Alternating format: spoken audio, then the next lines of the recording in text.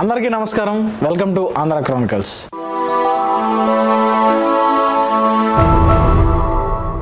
ఆంధ్రప్రదేశ్లో నారా చంద్రబాబు నాయుడు గారు ఆంధ్రప్రదేశ్ ముఖ్యమంత్రిగా ఉన్నప్పుడు అంటే 2014 నుండి 2019 వరకు ఆయన అధికారంలో ఉన్నప్పుడు ఓ ఘటన జరిగింది.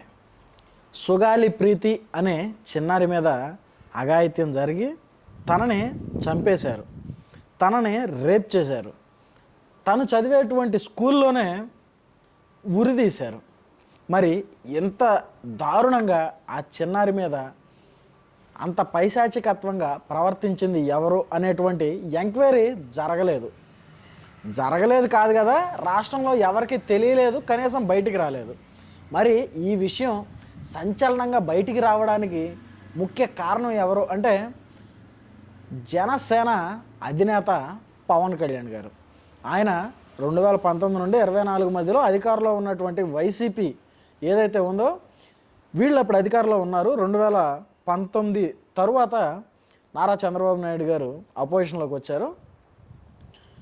వైఎస్ జగన్మోహన్ రెడ్డి గారి దృష్టికి ఈ సుగాలి ప్రీతి కేసును తీసుకువెళ్ళినా కానీ ఆయన ఇది మనకు అవసరం లేదు, పక్కన పెట్టేసేయండి అనే విధంగా ఆయన ప్రవర్తిస్తే పవన్ కళ్యాణ్ గారు ఒక ఆడపిల్లకి అన్యాయం జరిగింది, మీరు ఇలా చేస్తారా, మీరు ఖచ్చితంగా దీని మీద విచారణ జరిపి వాళ్ళకి న్యాయం జరిగేలా చేయకపోతే కనుక పరిణామాలు చాలా దారుణంగా ఉంటాయి, నేను రంగంలోకి దిగితే వేరేలా ఉంటాయి అని ప్రభుత్వాన్ని హెచ్చరించి ఆ కుటుంబానికి న్యాయం జరిగేలా చేసి సుమారు ఆ కుటుంబానికి 5 ఎకరాల పొలం ఇప్పించారు. తర్వాత 5 సెంట్ల ఇంటి స్థలాన్ని ఇప్పించారు.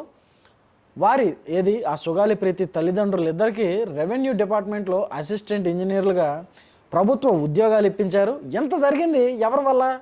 కేవలం పవన్ కళ్యాణ్ గారి దృష్టికి ఈ కేసు వెళ్ళి ఆయన ప్రభుత్వాన్ని ఇబ్బంది పెట్టి పవన్ కళ్యాణ్ గారు దీని మీద ఖచ్చితంగా విచారణ జరపకపోతే పరిణామాలు చాలా తీవ్రంగా ఉంటాయని హెచ్చరించడం వల్ల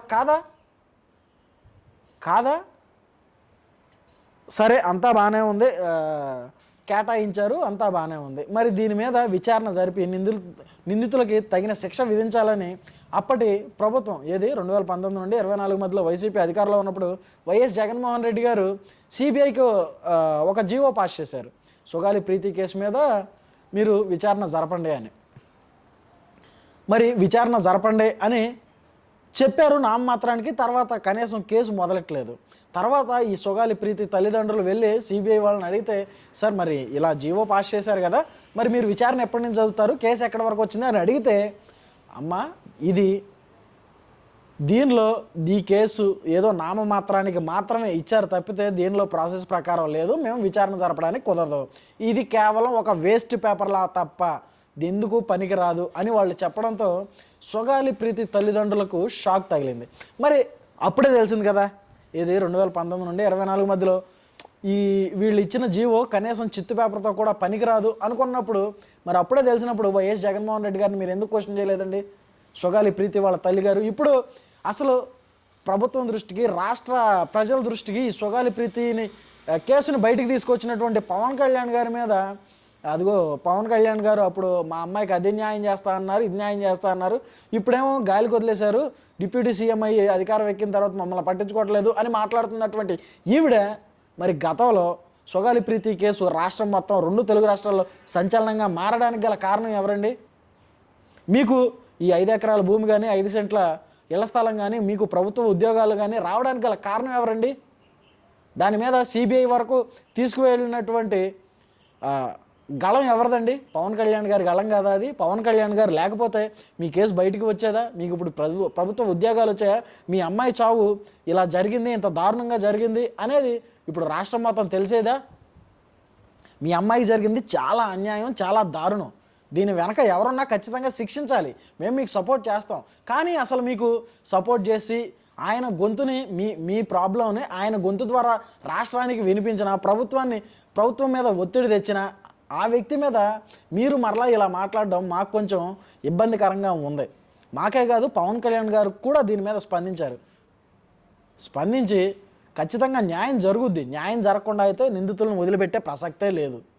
కానీ మీరు అప్పుడు ఆ జీవోని పంపించినటువంటి డమ్మీ జీవో, ఒరిజినల్ జీవో కూడా కాదు, అది డమ్మీ జీవో, నాలుగు గీసుకోవడానికి కూడా పనికిరానటువంటి ఆ జీవోని పాస్ చేసినటువంటి వైఎస్ జగన్మోహన్ రెడ్డి గారిని కానీ లేదంటే ఆ వైసీపీ ప్రభుత్వాన్ని కానీ మీరు ఎందుకు క్వశ్చన్ చేయలేకపోయారు? ఎందుకు క్వశ్చన్ చేయలేకపోయారు? అది అసలు ఆంధ్ర రాష్ట్రంలో పలానా సుగాలి ప్రీతి అనేటువంటి అమ్మాయి ఇంత దారుణంగా చనిపోయిందని రాష్ట్ర ప్రజలకు చెప్పిందే పవన్ కళ్యాణ్ గారు. ఇన్ని వేల మంది మహిళలు ఆంధ్రప్రదేశ్లో మిస్ అవుతున్నారు అని రాష్ట్ర ప్రజలకు చెప్పిందే పవన్ కళ్యాణ్ గారు. రాష్ట్రంలో ఇంత దౌర్జన్యాలు జరుగుతున్నాయని చెప్పిందే పవన్ కళ్యాణ్ గారు. మరి ఆయన మీద మీరు మరలా మీకు ఎవరైతే సపోర్ట్గా నిలిచారో వాళ్ళ మీద మీరు బురద చల్లే ప్రయత్నం ఏ విధంగా చేస్తున్నారో నాకు అర్థం కావట్లేదు. మనం చూసుకున్నట్లయితే పవన్ కళ్యాణ్ గారి మీద ఏది మొన్న పిఠాపురంలో వరలక్ష్మి వ్రతాలు జరుగుతున్నాయి అని చెప్పేసి మాకు చీరలు ఇవ్వలేదని ఇద్దరు మహిళలు మీడియా ముందుకు వచ్చేసి ఏదో రాద్ధాంతం చేస్తున్నారు, వాళ్ళ ఆస్తి పేపర్లు లాక్కున్నట్టు. ల్యాండ్ టైటిలింగ్ పేరుతో ఆస్తి పేపర్లు లాక్కున్నటువంటి వైఎస్ జగన్మోహన్ రెడ్డి గారిని ఎవడో ఏం మాట్లాడలేదంటండి. ఉద్యోగాలు ఇస్తానని చెప్పేసి వాలంటీర్లు 5,000 రూపాయలతో గొడ్డు చాకరీ చేసుకున్నప్పుడు ఎవడో మాట్లాడలేదంటండి. ఆంధ్రప్రదేశ్కు 2019 నుండి 24 మధ్యలో పెట్టుబడులు రాలేదన్నప్పుడు ఎవడో మాట్లాడలేదంటండి. ఉద్యోగాలు లేవన్నప్పుడు ఎవడో మాట్లాడలేదంటండి. ఆ డమ్మీ లెక్కర తెచ్చి ప్రజల ప్రాణాలతో చెలగటాలన్నప్పుడు ఎవడో మాట్లాడలేదంటండి. రోడ్లు లేవని ఎవడో మాట్లాడలేదంటండి. వైద్య సదుపాయాలు లేక టార్చ్ లైట్లు వేసుకుని హాస్పిటల్ బయట పేషెంట్లు పడుకోబెట్టినప్పుడు ఎవడో మాట్లాడలేదంటండి. 2019 నుండి 24 మధ్యలో ఆంధ్రప్రదేశ్ను దుస్థితి ఇంత దారుణంగా దిగజార్చినప్పుడు ఎవడో మాట్లాడలేదంటండి. కనీసం వైఎస్ జగన్మోహన్ రెడ్డి గారు 2019 నుండి 24 మధ్యలో అధికారంలోకి వచ్చిన తర్వాత కనీసం ప్రజలకే ఇదిగో ఈ ఇంటర్వ్యూ ఇచ్చాను, ఈ మీడియాకి నేను సమాధానం చెప్పాను అని ఎవరికన్నా ఉందా? ఎవడన్నా చెప్పగలడా? దాని మీద ఎవడో మాట్లాడేటండి. అంటే పవన్ కళ్యాణ్ గారు సున్నిత వ్యక్తులు, ఆయన ఏం మాట్లాడినా భరిస్తారు, ఏం మాట్లాడినా పడతారు అనే, లేదంటే ఆయన చేస్తున్నారు కాబట్టి ఇంకొంచెం మాటలంటే మళ్ళీ ఇంకా బాధపడిపోయి ఆయన కొంగ తీసుకుని ప్రజల్ని ఇంకొంచెం మంచి చేస్తారు, మనకి ఇంకో 5 ఎకరాలు ఇంకో 10 ఎకరాలు మనకు వస్తాయనా? నాకు అర్థం కాని విషయం ఏంటంటే అసలు మనకి ఎవడైతే మంచి చేస్తాడో వాడి మీద మనం తిరగబడతాం. మనల్ని 4 పీకి మన జేబులో డబ్బులు లాక్కుని మన ఆరోగ్యాలతో ఆడుకొని మన ఇంట్లోకి వచ్చి దౌర్జన్యంగా మన సొమ్మును కాజేసే దొంగ వెధవలకు మాత్రం తాళాలు అప్పచెప్తాం. అది భయమో లే భక్తో తెలియదు, కానీ ఆంధ్రప్రదేశ్లో మన దుస్థితి ఇంతే. కనీసం తెలంగాణలో ఉన్నటువంటి పోరాట తత్వం కూడా మన తెలుగు ఆంధ్రప్రదేశ్ వాళ్ళకి లేదు.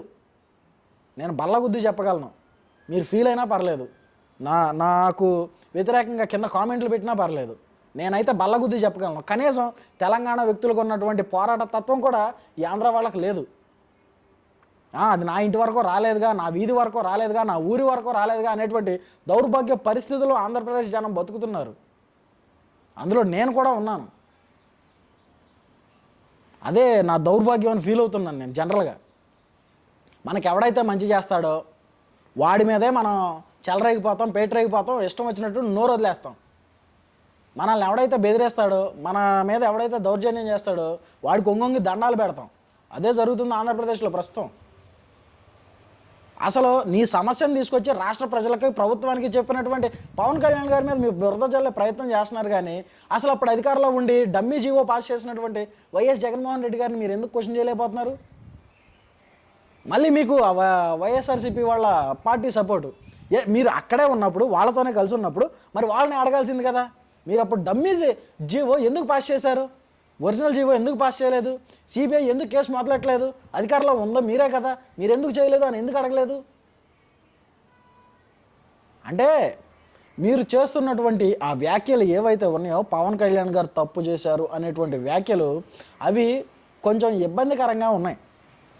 ఎందుకంటే 1000 కోట్లు దొబ్బేసినటువంటి దొంగలు ఆంధ్రప్రదేశ్లో మన కళ్ళెదురు తిరుగుతున్న, మనతో పాటే జీవనం సాగిస్తున్న వాళ్ళని మనం క్వశ్చన్ చెయ్యం.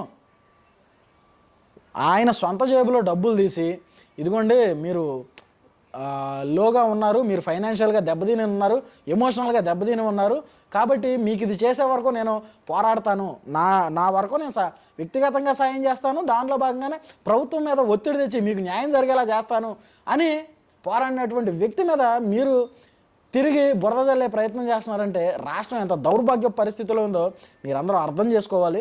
నేను ఈ విషయాన్ని వివరించే ప్రయత్నం చేశాను తప్పితే ఆవిడ మీద నాకు ఎలాంటి పర్సనల్ గ్లిచ్ లేదు, లేదంటే వేరేదేమీ లేదు. అంటే మీరు వ్యత్యాసాలు చూసుకోవాలి.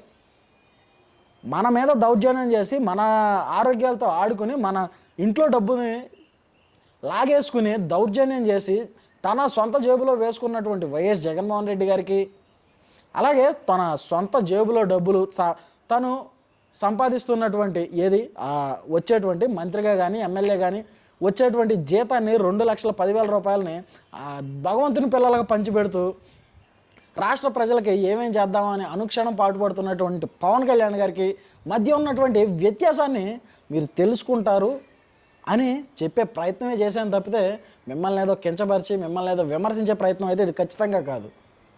ఈరోజు మీకు 2 గవర్నమెంట్ ఉద్యోగాలు కానీ, ఆ 5 ఎకరాల భూమి కానీ, ఎకరం భూమి మీకు సుమారు 2 కోట్ల రూపాయలు అంటండి. అంటే 10 కోట్లు 5 ఎకరాలు. అలాగే 5 సెంట్లు, సెంటు 10 లక్షల నుంచి 15 లక్షలు, 5 సెంట్లు సుమారు 30 నుంచి 50 లక్షల రూపాయల విలువ చేస్తాయి. అంటే 10.5 కోట్లు 2 గవర్నమెంట్ ఉద్యోగాలు. అంటే ఇంత చేసిన పవన్ కళ్యాణ్ గారి మీద మీరు బురద చల్లుతారు. అసలు ఏమీ చేయకుండా నిద్రపోతూ అసలు మీ సమస్యను గాలికి వదిలేసి మాకెందుకులే అని వదిలేసినటువంటి వైసీపీకి మాత్రం భజన కార్యక్రమాలు చేస్తారు. ఇది ఆంధ్రప్రదేశ్లో జరుగుతున్నటువంటి ప్రస్తుత దుస్థితి. మరి ఈ ఘటన మీద మీ అభిప్రాయాన్ని కామెంట్ రూపంలో తెలియజేయండి. Thanks for watching. This is Rajesh signing off. Thank you.